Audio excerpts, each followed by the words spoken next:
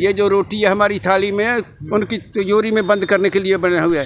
जान देंगे यहाँ से, लाश जा सकती है लेकिन हम लोग वापस नहीं जा सकते। आंदोलन मजबूत है, चाहे 2022 आ जाए, 23 आए, 24, 25 जो आ जाए, जब तक कानून वापसी नहीं तब तक घर वापसी नहीं। और इतने किसान कितने शहीद हो गए हैं, उसने तो आन के एक दफ़ा भी नहीं पूछा भाई मेरे हमारे इन वोटों से बना है ना, वो घर की वोट से तो बना नहीं है वो। नमस्कार, आप देख रहे हैं लाइव सिटीज़। मैं हूं आपके साथ सौरभ राज्य।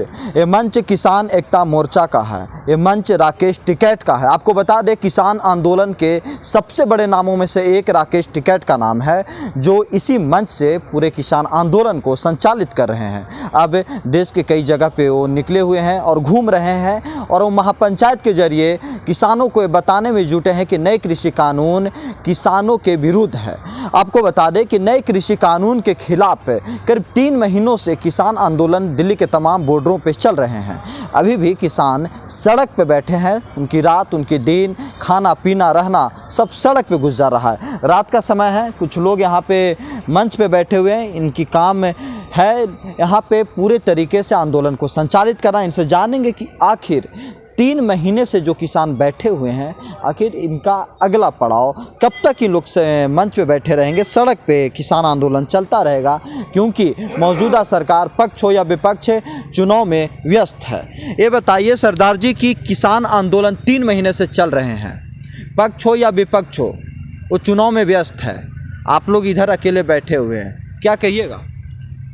कहना क्या है, जब लो सरकार ये तीनों काले कानून जी वापस नहीं करेगी, एमएसपी लिखित रूप में नहीं देगी, जब तक किसान ऐसे बैठा रहेगा। नहीं, आप लोग 3 महीने से करीब 150-200 किसानों की मौत भी हो गई, उनकी जान भी चली गई, और सरकार उसके ऊपर भी अभी कुछ सुन नहीं रही है। तो क्या लग रहा है, सरकार आप लोगों की मांगों को मानेगी? भाई मानेगी क्यों नहीं? सरकार को तो हमने बनाया था, वोट भी तो हमने दिया था, और हमारी बात क्यों नहीं मानेगी सरकार? देखिए, जिस तरीके से सर ये बताइए थोड़ा कि ये कहा जा रहा है कि जो यहाँ बैठे हुए हैं वो बड़े बड़े लोग हैं, सरकार आप लोगों को बिल्कुल अनदेखा कर रही है, आप अड़े हुए हैं कि नहीं कानून वापसी होगी तभी उठेंगे। क्या लग रहा है कि सरकार जो रुख अपनाई हुई है उससे दोनों को नुकसान हो रहा है?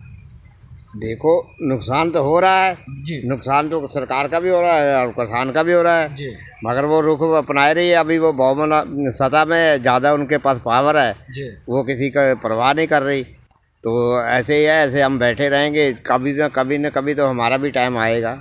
12 साल बाद तो कहते हैं, और हमारे ये कहावत है 12 साल तो घूरे की बाद में घूरे का भी सुनी जाती है, कब तक बैठा के रखे। आप लोग अपने समय का इंतजार कर रहे हैं? हम बिल्कुल इंतज़ार कर रहे हैं, हम अपने समय का नहीं इंतज़ार कर रहे हैं, हम अपने आने वाली पीढ़ियों के समय का इंतज़ार कर रहे हैं। हमारा समय तो बहुत आराम से निकल जाएगा, जो हमारा भविष्य है आगे वो कैसे निकलेगा?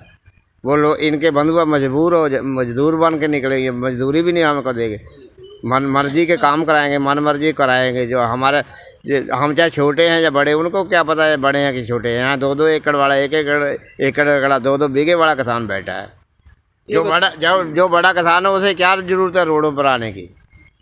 लेकिन आप लोग आए हुए हैं, हम आप आए हुए हैं, हम बड़ों में थोड़े हैं, आप लोग छोटे में हैं। हम बिल्कुल छोटे किसान हैं। ये बताइए सर कि मोदी जी आप लोगों की मांगों को बिल्कुल अनदेखा कर दिए, ऐसा लग रहा है कि वो आंदोलन में और ये कानून वापस नहीं लेंगे, क्या मतलब? तो फिर आप लोग क्या कीजिएगा? ऐसा है जी, एक कल बीत गया जी, एक आज चल रहा है और एक कल आएगा, ठीक है।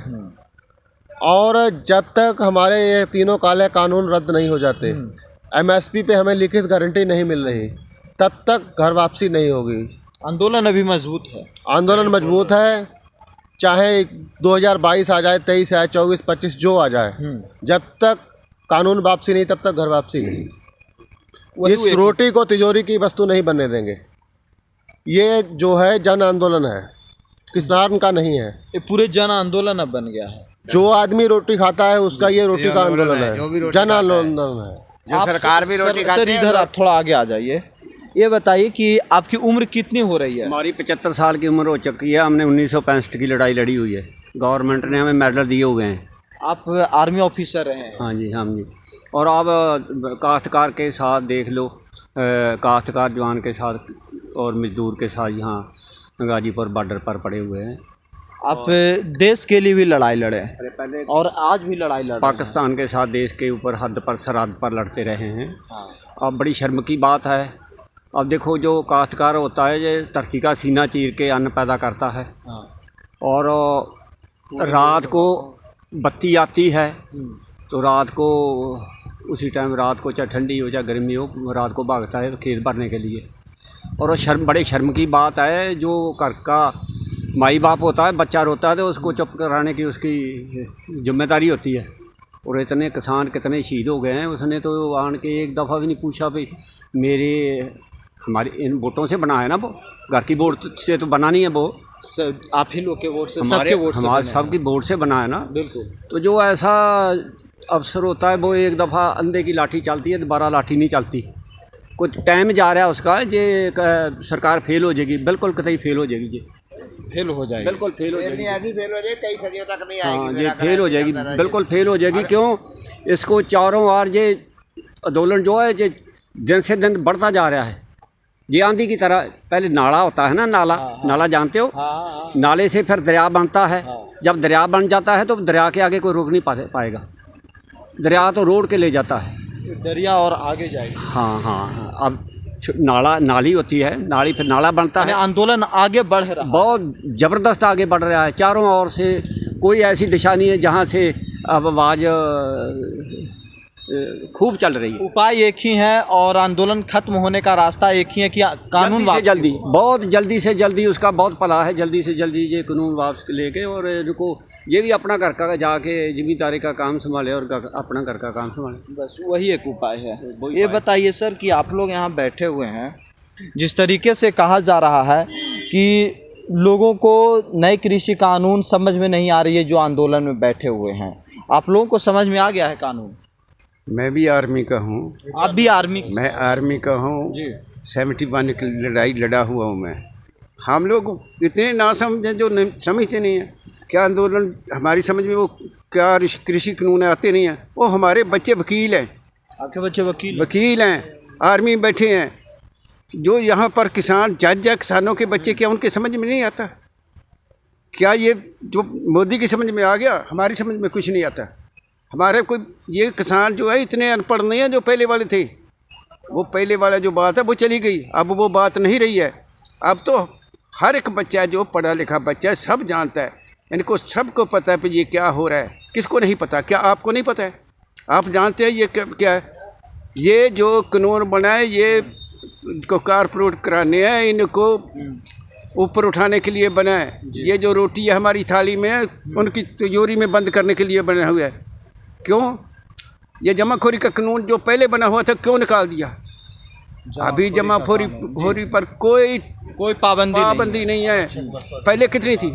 पहले जब जमाखोरी होती थी तो तब छापे मारते थे, गैर कानूनी मानी जाती। अब क्यों नहीं मानी जाती?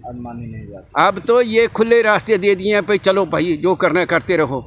और अभी किसानों के पास मैं आपको बता देता हूँ दूसरा रास्ता कोई नहीं है। आंदोलन चला हुआ है ना, किसानों के पास भी कोई रास्ता नहीं है हमारे पास। हम तो जान दे देंगे, जान दे दीजिए, जान देंगे। यहाँ से लाश जा सकती है लेकिन हम लोग वापस नहीं जा सकते, क्योंकि अपने पास कुछ है नहीं है।